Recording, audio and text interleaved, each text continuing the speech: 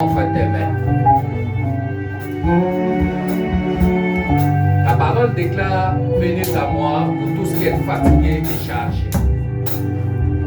Et tu as la capacité de nous décharger ce matin. Tu as la capacité de nous parler ce matin. Tu as la capacité de nous sauver ce matin. De chaque question, chaque situation que nous traversons. Nous voulons t'écouter.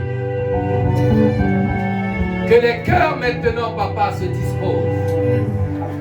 Et que les pensées, Seigneur Dieu de gloire, soient captives à l'écoute de ta parole.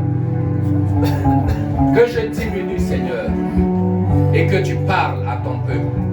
Parle à chacun de nous, afin que nous puissions réussir dans ce que nous entreprenons. C'est dans le nom de Jésus-Christ de Nazareth que nous refusons la distraction. Nous refusons toutes sortes de désordres et que nous ramenons, Seigneur, en ce lieu nos pensées. Dans le nom de Jésus, nous t'avons ainsi prié. Nous disons Amen. Amen. On peut acclamer le Seigneur.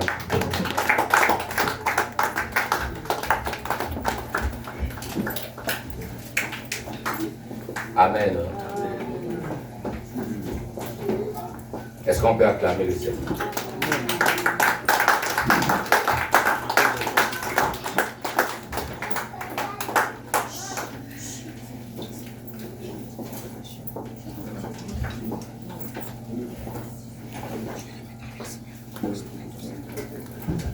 Nous allons sans plus tarder prendre nos Bibles.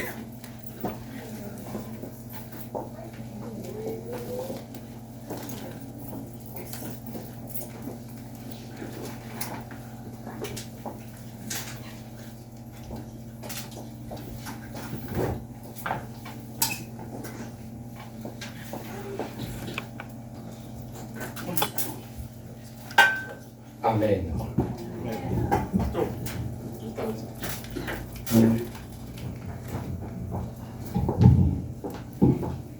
Alors, si nous sommes en place, j'aimerais que nous soyons captifs.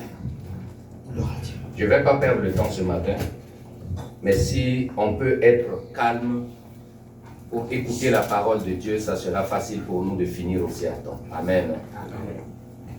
Amen. Amen. Nous bénissons le Seigneur pour la présence de tout et chacun et nous rendons grâce à Dieu de ce que Dieu nous donne toujours sa capacité à chacun de nous d'être dans sa présence. Amen. Amen. Il fait toutes choses en son bon temps. Amen. Donc ce matin, nous allons continuer sur notre thème dont nous avons parlé depuis plus de vingtaine de jours. Et aujourd'hui, nous sommes à la fin de notre troisième semaine et nous rentrons dans le quatrième semaine pour le jeûne et la prière. Amen. Et toi qui es là, qui as été invité pour ce temps de jeûne et de prière de 31 jours, j'aimerais que tu acclames très fort le Seigneur pour ta vie. Acclame le Seigneur pour tout ce qu'il est en train de bâtir dans ta vie. Amen. Que le Seigneur nous bénisse. Alors, sans plus tarder, j'aimerais parler toujours sur le thème, le double aspect de Dieu, sa miséricorde et sa justice. Amen. Dans la semaine passée, nous avons vu comment Dieu peut intervenir dans sa miséricorde. Et de notre côté, Dieu attend aussi que nous manifestons cette miséricorde. Amen. Amen. Tout simplement parce que la Bible dit tel qu'il est, tel que nous sommes. N'est-ce pas? Alors si nous sommes comme Dieu et que Dieu est compatissant, Dieu est amour, Dieu est miséricordieux, nous devons aussi avoir la nature de Dieu d'être miséricordieux. Et ce matin encore, Dieu va nous amener encore à un niveau de comprendre sa parole. Nous avons dit que l'Église a fait déjà 2 ans Et nous allons voir un passage avant d'en passer.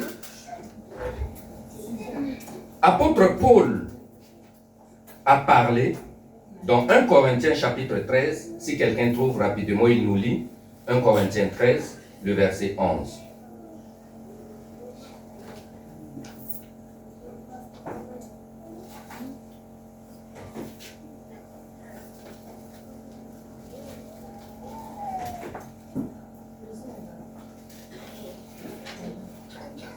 On n'a pas de lecteur, lectrice, il n'y a personne qui veut lire la parole de Dieu.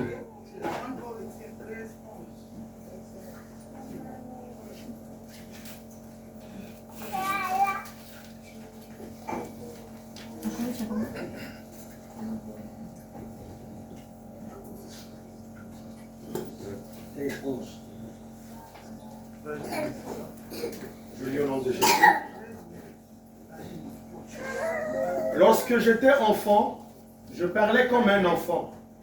Je pensais comme un enfant. Je raisonnais comme un enfant. Lorsque je suis devenu homme, j'ai fait disparaître ce qui était de l'enfant. Amen. Amen.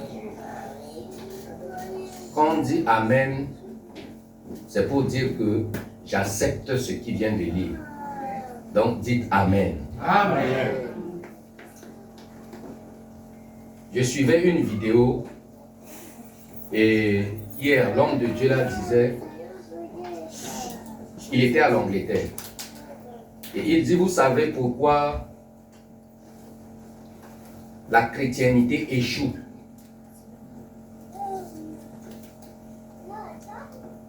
Tout simplement parce qu'on ne croit pas à ce que Dieu dit. Il a dit, si j'étais dans mon pays, au Nigeria, ce que je suis en train de vous dire, je ne vais même pas dire aux gens de dire Amen. Mais eux-mêmes, ils vont sauter de joie et crier Amen parce qu'ils ont compris la parole. Mais regardez, je suis en train de vous forcer à dire Amen. C'est lui qui parlait. Je suis en train de vous forcer à acclamer le Seigneur. Et quand tu vois ce style de l'église, tu comprends que cette église est encore dans une étape d'immaturité, de bébé spirituel. Ils ne comprennent pas encore c'est quoi la puissance de la parole de Dieu. Amen. Parce que quelqu'un qui a grandi dans la parole de Dieu, il ne s'amuse pas à une phrase qui concerne la parole de Dieu. Parce que ce que Dieu dit, c'est ce qui est valable pour l'éternité et pour l'humanité tout entière. On a chanté ici tout à l'heure, ce que Dieu dit, personne ne peut dire non. On vient de lire la parole de Dieu. On doit dans la foi dire Amen à cette parole. Et cela devient vrai dans ta vie. L'église échoue aujourd'hui parce qu'on est en balade. On n'est pas en mission. Parce qu'un guerrier qui est en mission, son rôle c'est de remporter la bataille. Son rôle c'est de remporter la victoire. On ne peut pas venir à l'église comme quelqu'un qui va dans un endroit où pour jouer. Même pour jouer, tu sais au moins de quoi tu es parti faire. Bien aimé, on a 2 ans du ministère ici dans cette salle. On ne va pas continuer à ramper. On ne va pas continuer à donner de lait. Parce que Eliadora que vous voyez, mon enfant de 8 mois, elle avait arrêté de téter à l'âge de 3 mois. À un moment donné, tu sens certaines nourritures dans ta bouche, ça devient amer. Parce que tu dépasses déjà ce niveau. Tu dépasses déjà ce stade de vie. Il y a des messages, quand tu entends parler, ça ne te dit plus rien. Parce que tu n'es plus à ce niveau. En tant qu'enfant de Dieu, il doit avoir des messages qui doivent démanger notre corps. Quand tu entends quelqu'un prêcher, tu dois comprendre que yes, ça c'est mon niveau. Et quand tu entends quelqu'un prêcher, tu dois dire que non, j'ai dépassé ce niveau. Amen.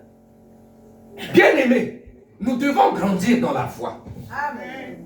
Je vous ai dit ici, les gens nous voient. Amen. Le païen attend avec une expérience ce que tu vas lui démontrer selon la foi que tu lui montres tous les jours. Mais cette foi peut être juste manifeste lorsque toi-même tu décides de déclencher ce que le Seigneur a mis dans ta vie. Dis avec moi, je refuse d'être bébé. Non, dis-le bien, je refuse d'être bébé. Bien-aimé, on est en train de préparer un séminaire. Ça va commencer le vendredi.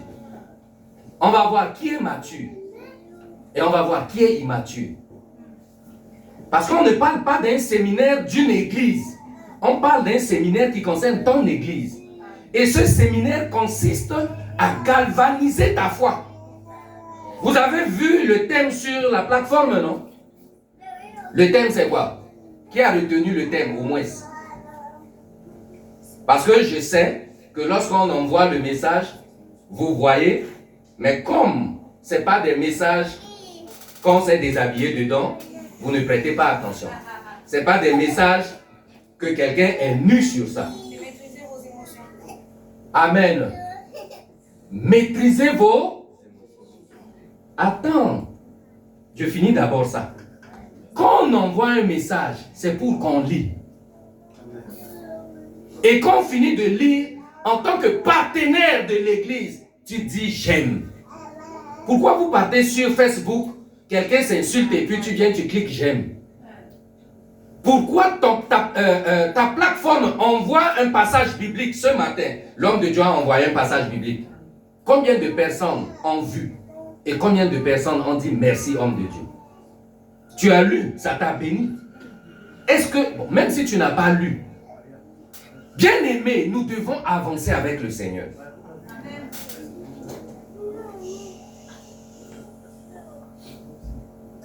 2025 ne sera plus comme 2024. Croyez-moi. Amen. On ne sait pas quand est-ce que Jésus va revenir. Amen. On ne sait pas qui va quitter l'autre avant l'autre. Nous devons nous préparer à la rencontre de notre Seigneur Jésus. Mais nous devons le faire avec sérieux et avec beaucoup de persévérance.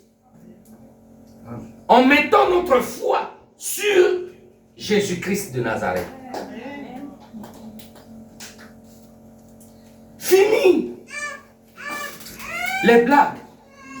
Fini la récréation. Prends ta vie en main. Prends ta destinée, ta marche chrétienne en main. Alléluia. Amen. Les enfants qui ont les téléphones arrêtés, ils doivent nous suivre. S'il vous plaît. Bien-aimés dans le Seigneur, il est très important que nous avancions avec le Seigneur. Une église qui ne marche pas avec les principes, c'est une église qui ne sait pas là où il va. Une église qui ne change pas, c'est une église qui ne sait pas ce qu'il est en train de faire. Parce que Dieu nous a donné la nature de changer. Amen. Apôtre Paul dit, j'étais enfant, je parlais comme un enfant. J'agissais comme un enfant. Je marchais comme un enfant. Mais lorsque je suis devenu vieux, j'ai compris que je ne dois plus marcher comme un enfant. Que je ne dois plus parler comme un enfant. Alléluia. Hier, j'étais avec une personne et cette personne me disait, homme de Dieu, j'ai trop joué avec l'œuvre de Dieu. Comment se fait-il que je sers Dieu là, à l'église Chandelier Jésus la solution? Et je fais qu'envoyer mon offrande, je fais que soutenir les églises ailleurs. Je fais qu'envoyer de l'argent à la famille. Qui derrière, je reçois que des insultes. Mais homme de Dieu, je pense que je dois revenir et puis soutenir aussi l'œuvre de Dieu avec mes finances. Amen.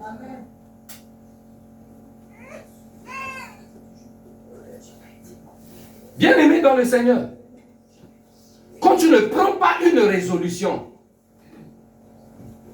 tu vas être comme un Tintin devant le Seigneur.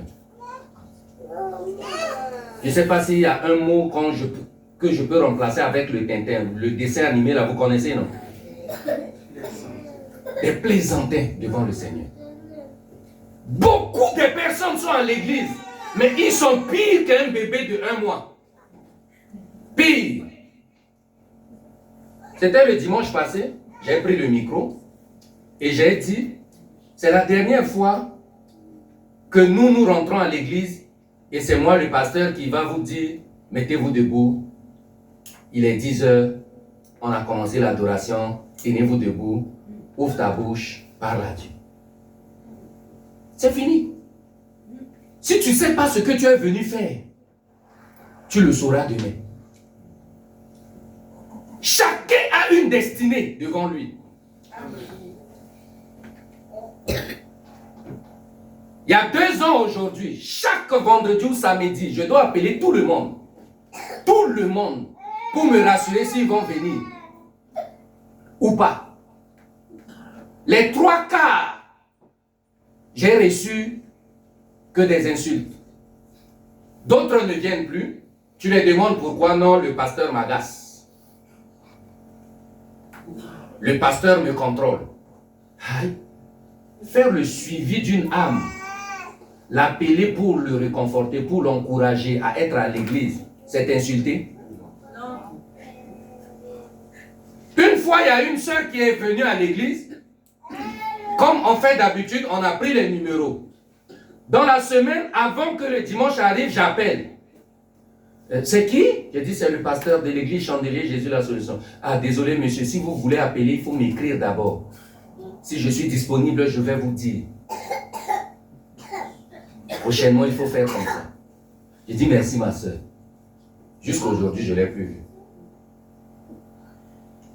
J'ai dit, c'est seul en Europe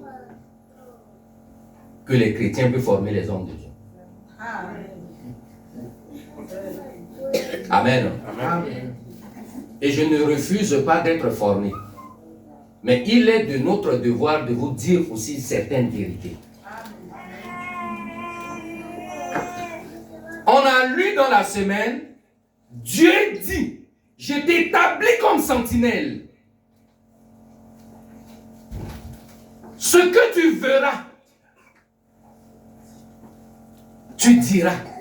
Et ce que je te dirai, dis ce que je suis en train de te dire. Mais si tu ne dis pas, si tu n'avises pas le méchant, le pécheur, si tu ne lui avertis pas qu'il se détourne de ses péchés, je redemanderai son sang sur toi. Raison pour laquelle on appelle pour faire coucou. C'est juste parce que Dieu a dit, demain, si un chrétien, tu ne l'avises pas, tu ne l'encourages pas, et il continue encore, il dit, si tu avises un juste de demeurer dans sa justice, tu as réussi. Mais si tu ne l'encourages pas, et qu'il s'il tombe, je redemanderai son sang sur toi. Bien aimé, tout ce qu'on fait là, c'est la Bible qui nous a dit. Alléluia. Amen. Et ce n'est pas seulement au pasteur de le faire. On a vu à l'église que chacun de nous est sacrificateur. Vrai ou faux? Tu es appelé chrétien, tu es sacrificateur. Veille sur ton prochain. Veille sur ton semblable. Alléluia. Ce n'est pas que le pasteur seul qui doit travailler. Ce n'est pas que les responsables, l'évangéliste et autres. Non, chacun de nous doit travailler. Et je vais vous rassurer. Ce matin, je pensais que l'église allait être vide. Parce que les 3/4 des personnes sont à Paris. Amen. Amen. 3/4 des personnes. Le dimanche passé, il y a plusieurs personnes qui n'est pas là aujourd'hui. Vrai ou faux? Amen. Pourquoi l'église est pleine? Parce que ce n'est ni la volonté d'un homme que Dieu fait avancer son œuvre. Si je pense que si je ne vais pas être à l'église, l'église va tomber, c'est que j'ai échoué. Et si tu penses que tu ne seras pas à l'église demain, l'église va tomber, c'est que tu as échoué. Parce que l'église va avancer selon l'ordre divin. Gloire soit rendue à Dieu, on a dit, l'église qu'on est en train de faire, ce n'est pas notre entreprise. C'est l'œuvre de Dieu. Et on ne tape pas la poitrine pour dire que c'est mon église. On a dit, chacun est venu se chercher. Alléluia. C'est mon église, c'est ton église. C'est l'église de nous tous, ça nous concerne nous tous. Amen. Bien aimé, je laisse ce côté. Genèse chapitre 1. Est-ce que quelqu'un peut lire? Nous allons comprendre pourquoi le monde que Dieu a créé avait une existence. Et je vais vous dire par la suite, dans toute l'histoire de la Bible, il n'y a pas un homme qui a reçu un miracle ou que Dieu a travaillé avec lui quand il a jeûné ou quand il a prié, non. La plupart de l'exploit dans la Bible, c'est des gens naturels qui se sont levés et ils ont fait quelque chose et Dieu a été avec eux. Quelqu'un dise Amen. Amen. Est-ce qu'on peut lire? Amen. Genèse chapitre 1 à partir du verset 1er. Au commencement, Dieu créa les cieux et la terre. La terre était informe et vide. Il y avait des ténèbres à la surface de l'abîme et l'Esprit de Dieu se mouvait au-dessus des eaux. Dieu dit que la lumière soit, et la lumière fut. Dieu vit que la lumière était bonne et Dieu sépara la lumière d'avec les ténèbres. Amen. Amen. Au commencement, Dieu créa. Et en créant, la Bible dit, Dieu a fait quoi? Dieu a parlé. Dieu dit. Bien aimé, je n'ai pas encore lu dans la Bible. Il y a une seule fois, Jésus a dit, c'est-à-dire ces qualités de démons peuvent sortir que par le jeûne et par la... Mais en dehors de chasser les démons. Tout ce que l'homme peut faire dans la Bible, c'était toujours par ses dires. Amen. Le dire de l'homme crée en lui l'atmosphère qu'il a voulu vivre. Dieu dit. Si vous voulez voir l'expérience, quand Rahab est venue avec les deux espions, est-ce qu'elle avait jeûné? Non. Rahab avait jeûné? Non. Rahab était qui? Prostituée. Son prénom c'est Rahab et puis son nom c'est prostituée. Elle n'a pas jeûné. Rahab dit, si vous prenez le pays, épargnez-moi. Rahab n'a pas dit, je vais jeûner pendant que vous allez venir. Est-ce que quelqu'un comprend ce que je dis? Amen. Dieu, quand il a vu le monde dans son chaos, la Bible dit que Dieu a dit. Maintenant, je reviens à l'église Chandelier, Jésus la solution. Qu'est-ce que toi tu veux réparer? Amen. Amen. Qu'est-ce que toi tu veux faire? Ce qui est bien ici à l'église, on a dit, jeûner ne te fait pas acheter une voiture. Jeûner ne te fait pas signer un CDI. Jeûner ne t'accorde pas le mariage. Amen. Jeûner ne t'accorde pas un enfant. Jeûner ne t'accorde pas la richesse de ce monde. C'est ce qu'on a dit. Hein? Alléluia. Si tu n'avais pas suivi ça, suis ça encore très bien. Parce que quand on jeûne, on nourrit notre esprit. Point. Pour que notre esprit fonctionne avec l'esprit de Dieu. Et comme ce n'est pas à notre jeûne de nous donner la richesse de ce monde, parce que Dieu a dit, vous êtes dans le royaume. Et un enfant qui vit dans un royaume bénéficie du privilège de tout ce que son père a. Tu n'as pas besoin de jeûner pour manger chez toi, vrai ou faux? Donc comprenez ça déjà comme ça. Deuxième chose, nous devons comprendre que lorsque nous servons le Seigneur, nous ne le servons pas pour qu'en retour, il nous donne quelque chose. Nous le servons parce que c'est une raison pour nous de le servir. Amen. Mais maintenant, si quelqu'un doit faire quelque chose dans sa vie, je prends l'exemple des gens qui veulent se marier. Ne te fatigue pas pour jeûner. Parce que le mariage n'est pas spirituel. Le mariage est pagné. Le mariage est naturel. Le mariage est physique. Il n'y a rien de spirituel dedans. Le père de la foi, quand il veut épouser une femme à son enfant, il n'était pas dans le jeûne. Il a dit, va dans mon village, cherche-moi une femme. Alléluia. C'est celui qui est parti, qui a prié pour dire, Seigneur, ne me fais pas échouer ma mission pour ne pas que j'aie de problème avec mon serviteur, avec mon patron. Quand je voulais épouser maman Justine, je ne suis pas rentré dans le jeûne. Il est vrai que d'autres personnes, ils vont dire que c'est dans la révélation que Dieu m'a montré ma femme.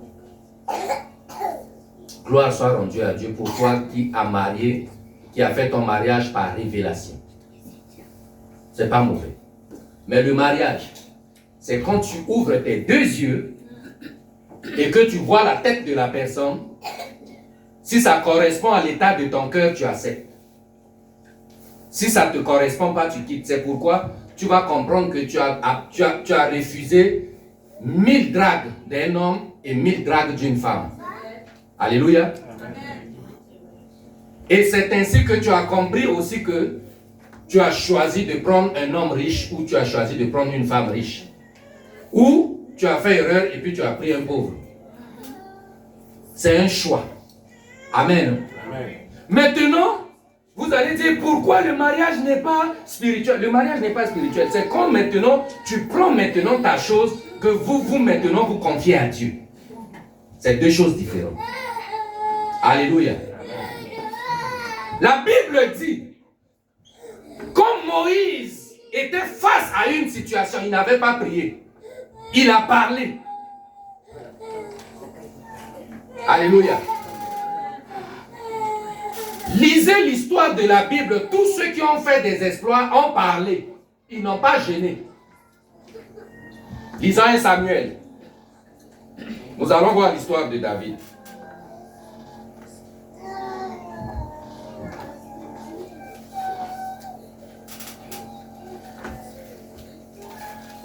Je pense à 1 Samuel 17, à partir du verset 46 à 47.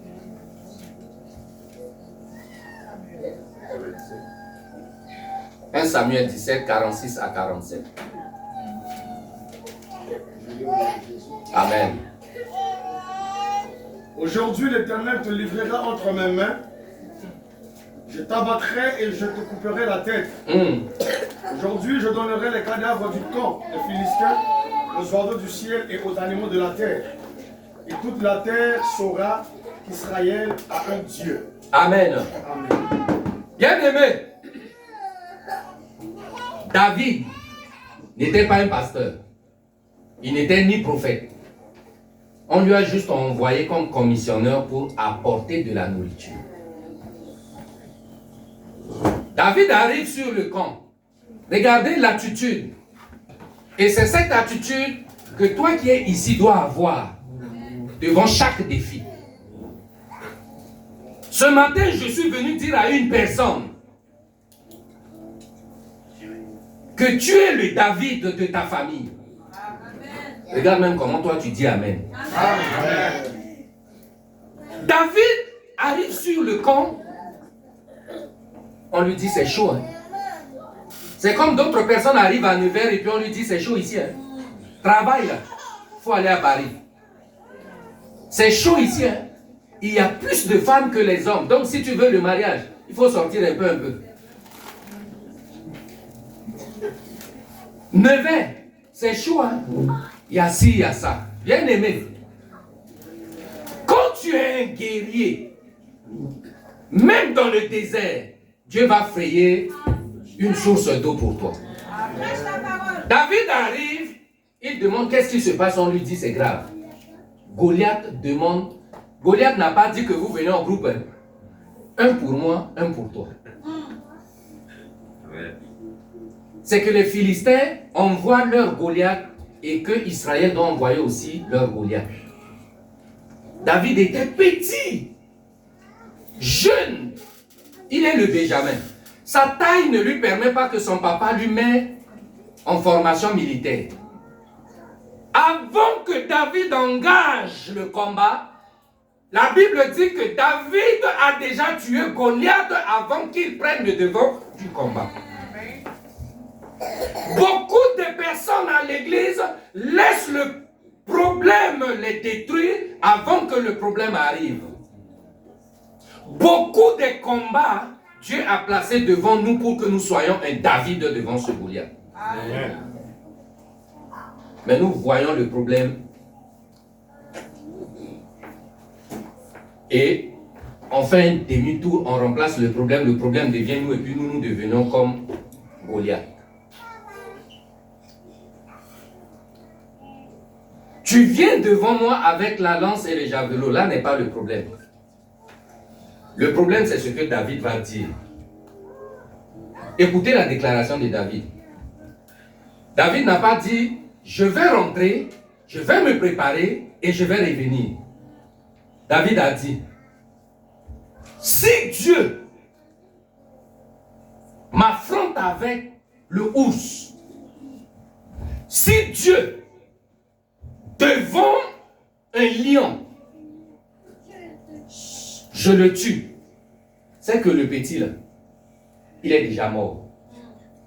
David avait déjà tué Goliath avant qu'il déclare que je peux aller tuer Goliath.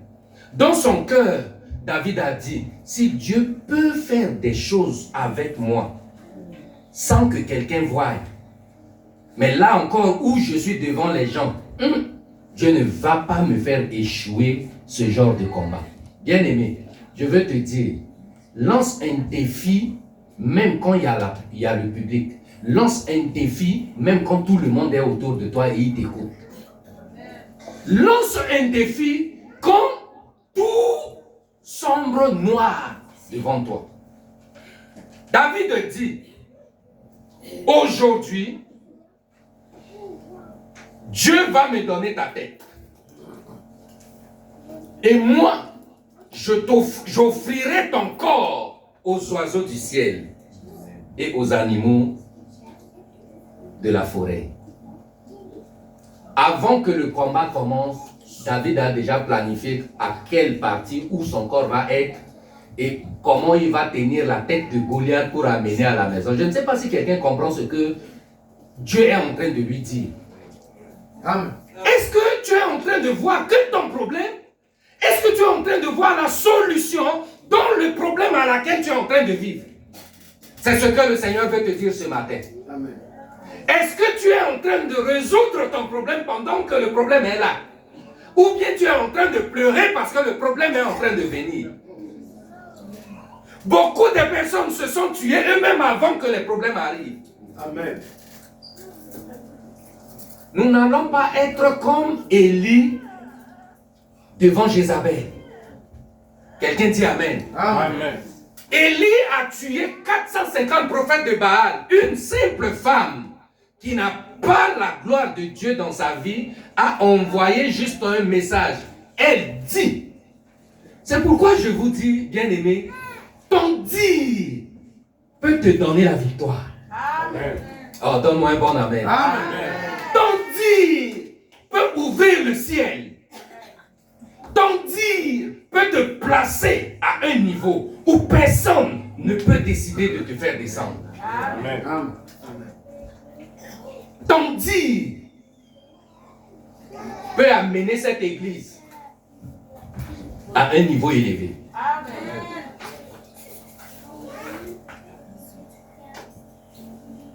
David a dit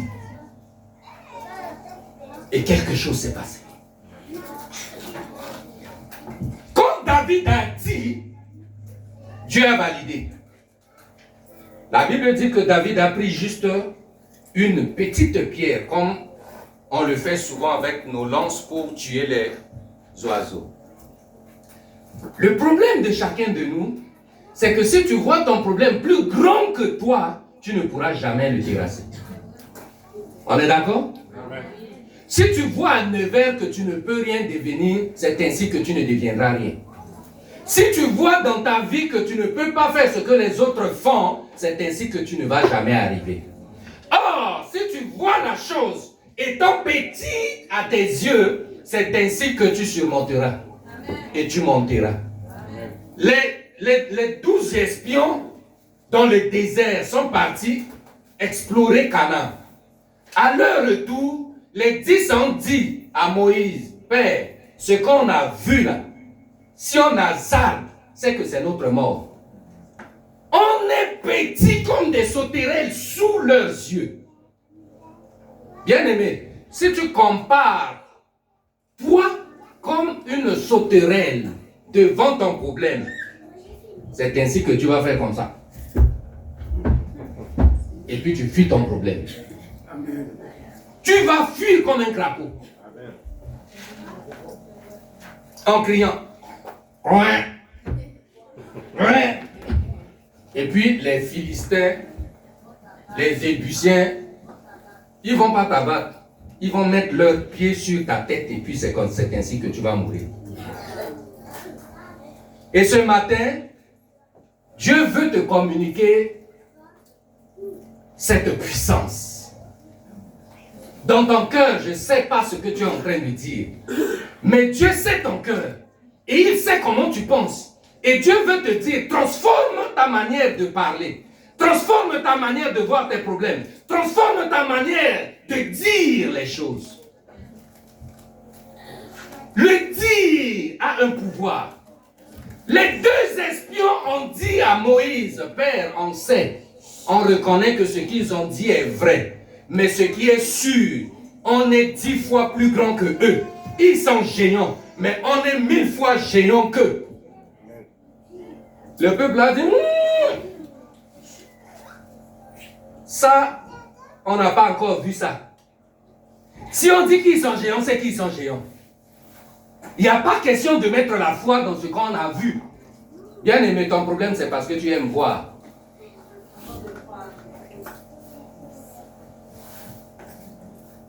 La croyance, ce n'est pas la voyance. Parce que quand tu as déjà vu, c'est qu'il n'y a pas croyance. Amen. La foi, c'est ce qu'on ne voit pas. Que quelqu'un dise Amen. Amen. C'est quand tu ne vois pas et que tu ne sais pas qu'on peut parler de la foi. Mais quand tu as déjà vu, quand tu sais déjà, ce n'est plus la foi. Et c'est ça qui nous tue. Qu'est-ce qui a fait que tu es resté tel que tu es? C'est parce que tu aimes voir. Amen. Tu n'aimes pas croire à ta destinée. Tu n'aimes pas croire à ce que tu fais. Tu n'aimes pas croire à ce que tu penses. Or, la définition de la foi est une ferme assurance des choses qu'on espère et une démonstration de celles qu'on ne voit pas. On va enseigner sur ça, parce que c'est un enseignement. La foi est une ferme assurance. Ça veut dire que déjà, tu as juste espéré à quelque chose que tu n'as pas vu et tu ne sais pas d'où ça va venir. C'est comme j'avais dit au pays avant de quitter, j'ai dit, j'aurai mon jet privé. Que quelqu'un dise Amen. Amen. Tu vois, quand je dis ça, quand tu me vois, tu dis, pasteur, tu es parti trop loin. Amen. Dans ma tête là, je ne peux pas avoir jet privé. Amen. Amen. Je ne peux pas avoir. Oui. Bien sûr. Je ne peux pas avoir. C'est impossible à celui qui croit. Mais vous ne répondez pas. Amen. Mais dites, oui, pasteur, tu peux avoir. Au moins, c'est comme ça, Dieu voit ça et puis il me donne. Alléluia. Bien aimé, qu'il te soit fait selon ta foi. Amen. Je ne sais pas ce que tu vois, je ne sais pas ce que tu imagines. Je ne sais pas qui est Goliath devant toi. Mais je vais te dire ce matin, quand David était devant Goliath, il a tué Goliath avant de manifester, de le tuer. Qui est Goliath devant toi? Amen. Goliath n'est qu'une poussière. Goliath n'est qu'une nourriture que tu vas servir à d'autres espèces que Dieu a créées. Toute situation qui est devant moi, Dieu a permis pour que je sois un témoignage vivant de cette chose. Amen. Amen. Alléluia. Les problèmes ne deviendront jamais un problème devant moi. Amen. Si tu as un problème, c'est que je suis la solution. On ne peut pas composer pour marcher ensemble. Est-ce que vous comprenez? Amen. Nous devons avoir le mental d'un guerrier. Quelqu'un qui décide de réussir à tous égards avec Jésus-Christ de Nazareth. Amen. Paul dit à son frère Gaius, je souhaite, façon que je te vois prier et que tu es dans le ministère, tu es zélé là. Change ta chaussure. Parce que quand tu es prospère comme ça, là, il faut que tu sois prospère à tous égards. Ça veut dire que Paul avait vu un problème quelque part. Amen. On ne peut pas servir Dieu et puis rester pauvre. Amen. On ne peut pas servir Dieu et puis manquer de quoi manger. On ne peut pas servir Dieu et puis aller mendier. Est-ce que vous comprenez ça? Amen. On avait dit, quand on avait pris cette salle, qu'en peu de temps, nous allons déménager. Amen. Voilà, nous avons fait 2 ans sans déménager. Est-ce que parce que Dieu n'est pas avec nous? Non. C'est parce que tu as refusé qu'on déménage. Dis avec moi, j'ai refusé qu'on déménage. Et puis même ça aussi tu as dit. Non, dis à celui qui est à côté de toi, tu es méchant. Ah, tu n'as pas dit. Bien aimé, tu dois décider qu'on déménage. Amen. Vous pensez que déménager ici c'est jeûne et prière? Bon, on va voir, on va finir le jeûne samedi et dimanche, il y aura culte des nations. On va voir si le Seigneur va nous faire déménager ici. La caméra là, c'est suite à une prière? Micro-ondes qui est encore dans le carton derrière là, c'est suite à une prière? Amen. Alléluia. Et ce micro là, j'ai amené pour mon bien-aimé Anderson.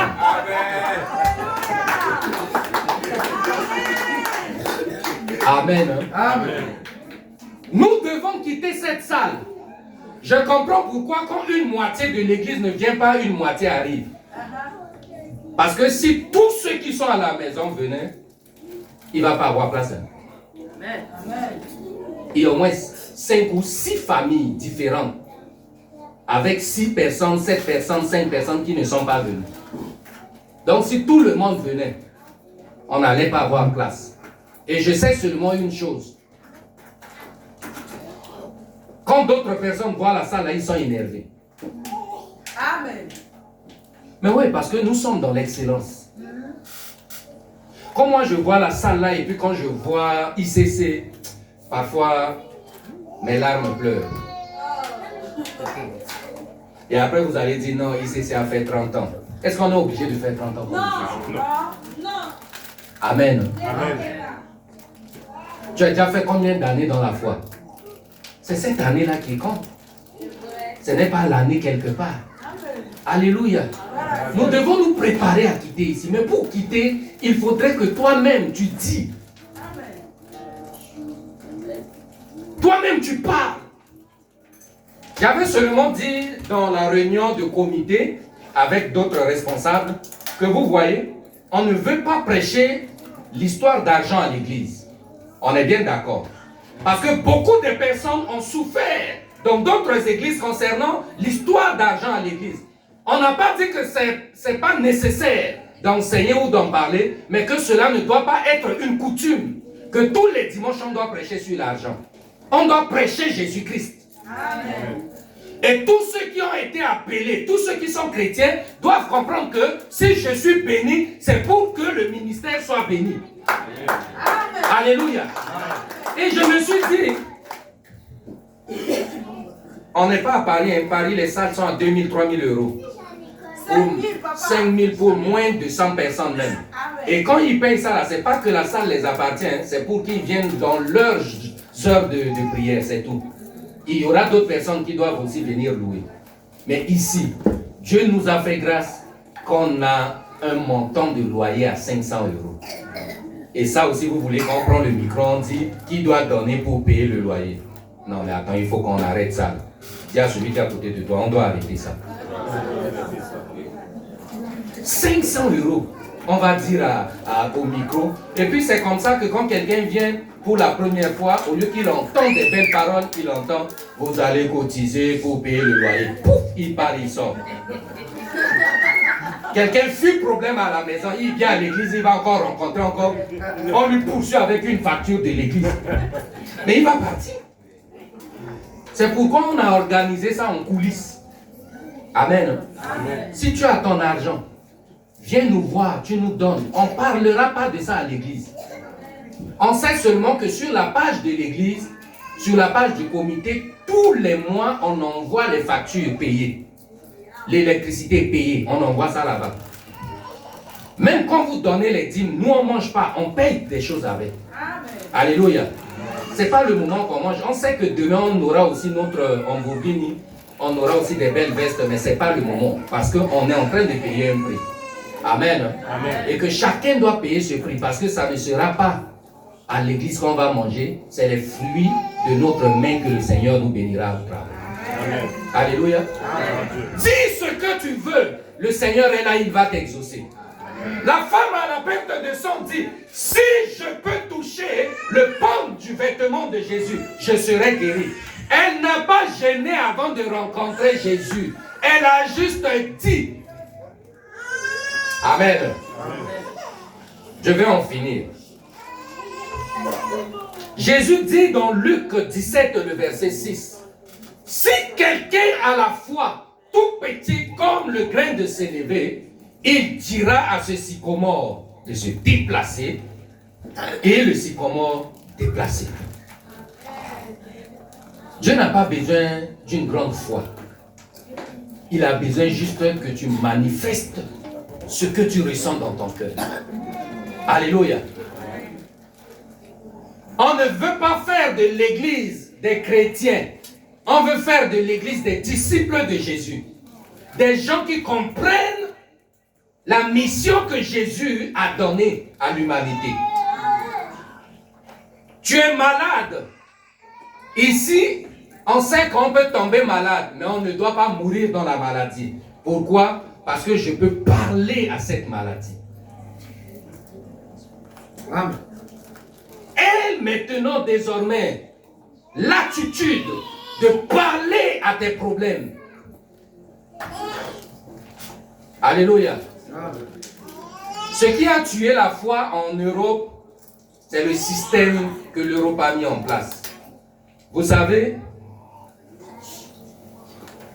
si je tombe malade, la première personne que je dois voir, c'est la SEMU. Parce que c'est ça qui est ma foi. Je ne paye pas grand chose, c'est prélevé là-bas, je ne vois pas. Donc, première des choses, je dois courir voir un médecin. Je dois courir prendre un médicament. C'est pourquoi notre maison sont remplies de médicaments. Alléluia. On n'a pas entendu des témoignages des gens qui ont cru et jusqu'aujourd'hui ne sont pas malades? Vous n'avez pas entendu des témoignages comme ça? Amen. Par la foi, depuis qu'il a cru, il ne s'est jamais tombé malade. Tellement qu'on a tellement des assurances dans des banques, on n'a plus de foi en Jésus-Christ. Moindre des choses, on a une assurance. Si tu as déjà une assurance, Jésus va venir assurer quoi? Amen. Amen. Si toi tu dis, tu dois assurer ta vie, Jésus va venir assurer quoi? Comme Jésus ne partage pas sa gloire, Jésus veut que son nom soit élevé. Mais dans ta tête, tu n'élèves pas Jésus. Tu élèves ton mental, tu élèves tes calculs, tu élèves ton orgueil, tu élèves ton ego, tu élèves ce que tu as. Mais Jésus va venir faire quoi dans ta vie? Amen. Or, si on laisse la place à Dieu, Dieu va faire d'abord. Amen. Amen. On est en train de préparer le séminaire. On est en train de préparer la fin de l'année. On est en train de préparer l'agapé. Tout ça, ça ne va pas se faire par la prière. C'est l'organisation. Dès qu'on a dit, ça va se faire. Amen. Amen. Et tout dépend maintenant de l'engagement de tout et chacun. Si tu veux, sois là. Si tu ne veux pas, ne viens pas.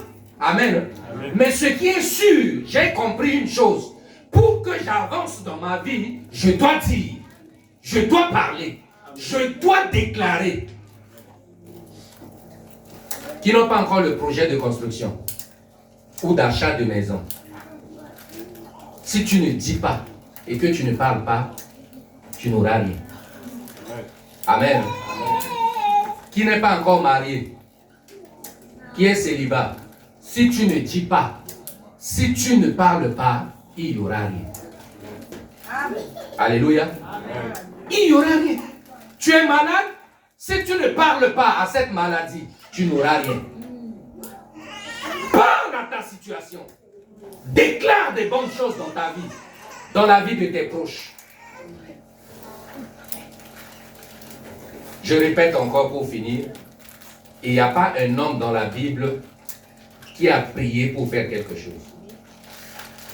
Tous se sont levés naturellement.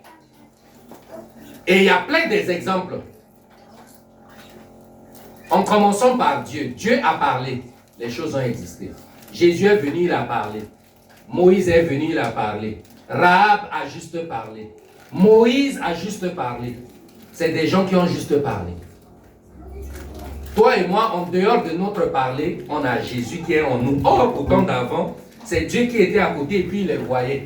Il voyait ce qui était dans leur cœur et il le fait. Mais maintenant, Dieu ne voit pas dans le cœur. Dieu est dans le cœur. Dis avec moi, Dieu est dans mon cœur. Comment Dieu est dans ton cœur et tu n'arrives pas à faire des exploits? Amen. Amen. Tu dois refuser ça. Dis avec moi, Amen. Amen. Donc, la miséricorde de Dieu est là pour toi, mais toi tu es là pour la miséricorde de Dieu aussi. Parce que c'est cette miséricorde qui te façonne pour que toi tu deviens aussi miséricorde pour façonner aussi d'autres personnes. Et si tu n'es pas un modèle, la miséricorde va te quitter. Non, ça va te quitter. Parce que la miséricorde va avec ceux qui ont la volonté de chercher Dieu. Ceux qui ont la volonté de voir Dieu dans leur vie. C'est ça que la miséricorde de Dieu va avec eux. On a vu ici qu'il y avait deux personnes sur la croix. L'autre avait la volonté de nuire à Jésus. Et il l'a insulté parce que la Bible dit ils l'injurèrent. Et l'autre qui est à sa droite a réprimandé le monsieur et puis il a négocié à Jésus. Le monsieur qui est à droite avait la volonté de reconnaître que Jésus n'est pas comme nous. C'est pourquoi je vais vous le dire encore. La miséricorde de Dieu n'est pas pour tout le monde. Sinon, quand Jésus passait là où Bartimée était, il y avait presque 100 et quelques personnes qui étaient aveugles. Seul Bartimée qui a dit, mais attends, comment je vois la miséricorde passer et puis je ne dis rien. C'est quand tu as la volonté de se lever, c'est quand tu as la volonté de courir derrière Jésus, que Jésus retourne sa miséricorde vers toi. Est-ce que quelqu'un peut dire Amen? Amen. Donc, bien aimé, avant que tu rentres à la maison, mets dans ta tête que tu dois faire quoi? Tu dois parler. Quand tu rentres à la maison, dis en toi que je dois réussir. Le ministère dans lequel je persévère, ça doit marcher. Ça doit aller de l'avant. Je veux voir les hommes de Dieu aller de l'avant. Je veux voir les fidèles augmenter en nombre. Amen. Amen. De la même manière qu'on prie pour vous, priez aussi pour nous. Nous tous, on va aller de l'avant. Bientôt, on va rentrer en 2025. Et en 2025, ça va chauffer. Parce que la question n'est pas d'avoir 1000 personnes à l'église. La personne d'avoir des gens qui sont capables de prendre la parole de Dieu et puis de les mettre en pratique. Il y a un homme de Dieu qui a un groupe de 7 personnes. Il n'a pas d'église. Mais depuis plus de 40 ans, ils œuvrent dans le monde entier. Ils sont reconnus. C'est un papa centrafricain. Il n'a pas d'église. Mais il a dit, Jésus en avait 12. Le monde entier aujourd'hui est bouleversé. Ils ont commencé à 3. Et ils sont à 7. Ils ne cherchent pas la foule. Ils cherchent des gens qui comprennent la vision de Jésus. Amen. Ils cherchent des personnes qui comprennent la vision du royaume. Et ils marchent avec ces gens-là. Mais quand tu les vois, comme s'ils travaillent à l'Union européenne, comme s'ils sont payés à des millions d'euros. Tout simplement parce que leur vision, leur manière de parler a changé leur milieu, a changé leur entourage et a changé la manière de faire les choses. Si tu tournes au rond, c'est parce que tu aimes trop faire des choses faciles. Quitte les choses faciles, fais des choses grandes. Amen. Amen. Pour réussir dans la vie, tu dois mourir en soi-même. Alléluia. Pour que vous compreniez bien ce que je suis en train de dire, je donne un témoignage. Hier, j'étais à la maison et mon épouse voulait aller à Paris. Bon, j'ai appris quelque chose au Cameroun. Un Bamileke, tu le vois au bord de route manger arachide avec pain. Ne se moque pas de lui. Quand tu le suis jusqu'au soir, quand il va rentrer, tu vas comprendre qu'il est en train, c'est lui qui est le propriétaire de 10 immeubles qui est en train de monter. Tu es au restaurant, tu commandes le plat de 250 € et quelqu'un vient, il prend kebab de 6,50 €. Ne pense pas que tu es trop fort. Hein? Ne pense pas que tu as beaucoup d'argent que cette personne. Hein? Ce n'est pas manger de 30 secondes là qui va déterminer ton avenir. Hein? C'est ce qui est derrière toi que les gens vont voir et puis les gens vont témoigner. Je n'ai jamais vu un gourmand où les gens témoignaient de lui en bon. Mais j'ai vu des gens qui ont fait des exploits et puis c'est pas Dieu qui a témoigné. Les hommes ont témoigné. Amen. Un jour, il y avait quelques personnes qui quittaient chez nous pour aller prendre des véhicules au Cameroun. Ils sont arrivés aux frontières. Il y avait un monsieur qui s'habillait comme papa. Et le monsieur mangeait ces manioc braisés au feu quoi, chez nous. Tu prends même pour 1 €, tu peux même vivre 2 jours sans manger. C'est tellement consistant. Et il y avait 5 personnes. Ils étaient dans leur fouga. Ils mangeaient, ils buvaient, ils mangeaient, ils buvaient. À chaque fois que le camion s'arrêtait, ils sont arrivés, tous partaient au port pour prendre des véhicules. Quand ils sont arrivés, quelques jours plus tard, leur véhicule sort. 5 personnes sont venues prendre un seul véhicule. Le papa qui mangeait arachide et manioc là, a sorti plus de 15 véhicules. 15 voitures. Et les 5 étaient, je ne sais pas si chacun pouvait dire que si la terre peut souffrir et que je rentre avec ma honte qui était sur moi. Parce que eux, ils accusaient le papa là que mais c'est quelle pauvreté où tu marches pour aller dans un autre pays et puis tu manges arachide tout au long de ton voyage. Et le papa là a sorti 15 voitures. Et ceux qui étaient 5 avec le fouga-fouga de vie, ils ont pris un seul véhicule. Je veux te dire ceci. Quand tu veux réussir dans ta vie, à un moment de la vie, il faut se priver de toi-même. Amen. Amen. Amen. Alors, hier à la maison, maman veut partir à Paris, elle dit, elle veut aller faire des courses, comme on a la coutume de le faire.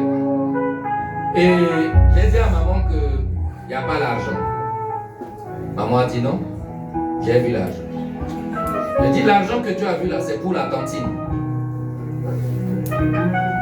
Ah, maman Isabelle rit.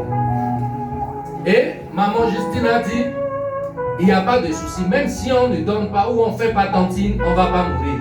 Mais il faut qu'on mange. J'ai dit non, là, c'est mal de connaître. De préférence, on ne mange pas et puis on fait la cantine. On a bavardé un peu, elle est partie. Oui. Si toi tu meurs, je ne vais pas mourir à cause de nourriture. Dis avec moi Amen. Amen. Amen. Alléluia. C'est ce que tu penses que cela peut t'arriver. J'ai vu des gens manger riz blanc pendant 2 ans. Et puis après le reste de leur vie, ils ont vécu une vie normale. Parce qu'ils se sont concentrés pour bâtir quelque chose. On ne peut pas jouer avec sa vie espérant que Dieu va bénir demain. C'est maintenant que Dieu doit te bénir. C'est maintenant que tu dois préparer ton avenir. Ah, donne-moi un bon amen.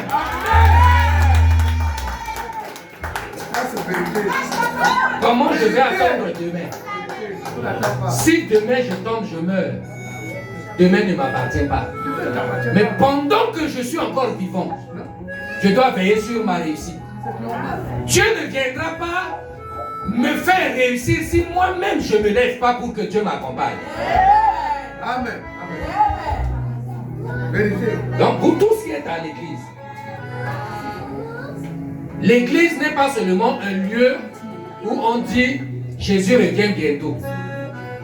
D'abord, ce matin, mon épouse me dit Jésus revient bientôt. Et je dis c'est faux. Jésus ne revient pas bientôt. Parce que ce que la Bible a dit, Jésus revient bientôt là, ça a daté déjà il y a 2000 ans. Donc, quand tu dis Jésus revient bientôt, tu ne vas plus faire économie. Tu ne vas plus chercher à construire. Tu ne vas plus chercher à préparer l'avenir de tes enfants. Parce que pour toi, Jésus revient bientôt. Et c'est des faibles qui se cachent derrière ce passage pour ne rien faire dans leur vie. Jésus revient quand j'aurai accompli ma mission sur la terre. Oh, donne-moi un bon amen. Amen. Tu mourras qu'à la fin de ta vie. Tu ne mourras pas prématuré. Dis-moi amen. Amen. Nous allons nous tenir debout. On va parler à Dieu seulement. Si tu es béni, acclame le Seigneur.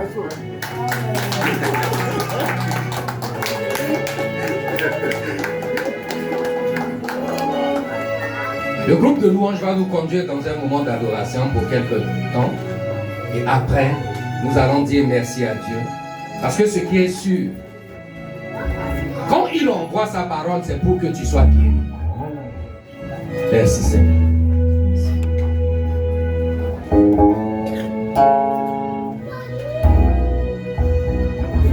Pense à quelque chose.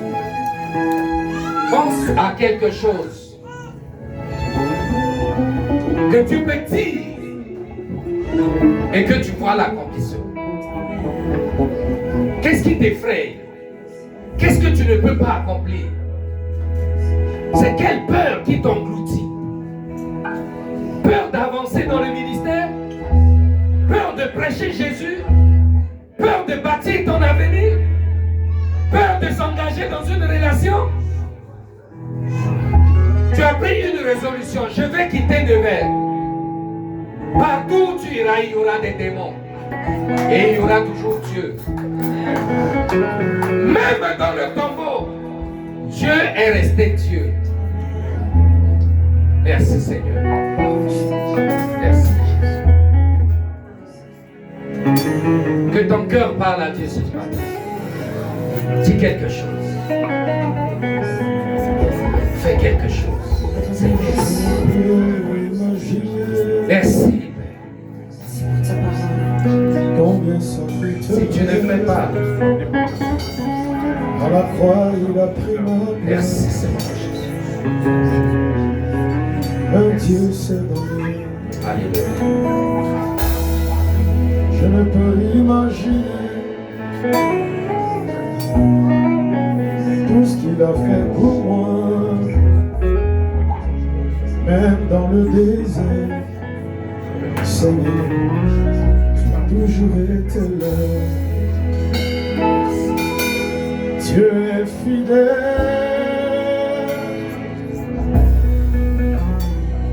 fidèle. Dieu est fidèle, fidèle. Jésus est fidèle. Jésus est fidèle. Non, Jésus est fidèle. Jésus est fidèle. Il est fidèle.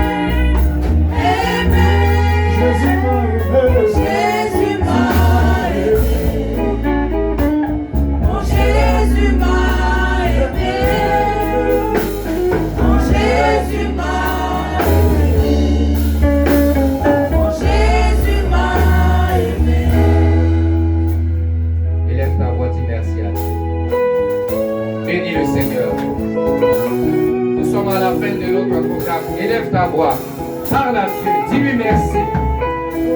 Merci parce que tu as compris quelque chose ce matin. Merci parce que tu ne sortiras pas ici étant transformé. Merci parce que quelque chose de nouveau va encore voir le jour dans ta vie. Merci parce qu'il va t'accompagner.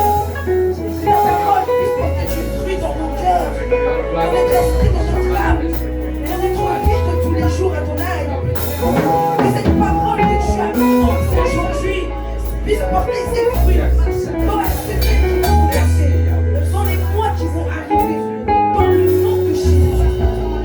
Dans le nom de Jésus. Merci pour ta parole, Adonai. Tu es fidèle et tu es un Dieu qui suit pris sa parole. Dans le nom de Jésus. Dans le nom de Jésus. Je veux te dire merci et te donner toute la gloire pour l'obéissance à ta voix. Nul ne vient dans ta présence et rentrer tel qu'il est. Dis ta parole. David avait dit, fais de l'Éternel tes délices, il te donnera ce que ton cœur désire. Mais cependant, tu as dit, à tes résolutions répondra le succès. Permets à chacun de nous, Seigneur, de parler comme tu as parlé dès le commencement. Je te loue et je te rends grâce de ce que ton peuple a aimé. Au nom de Jésus, nous t'avons ainsi adoré, prié, nous disant Amen. Tu peux acclamer le Seigneur.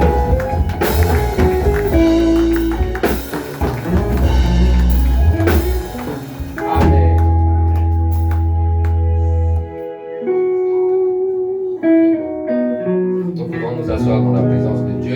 culte tire déjà à sa fin. Nous allons juste écouter les annonces.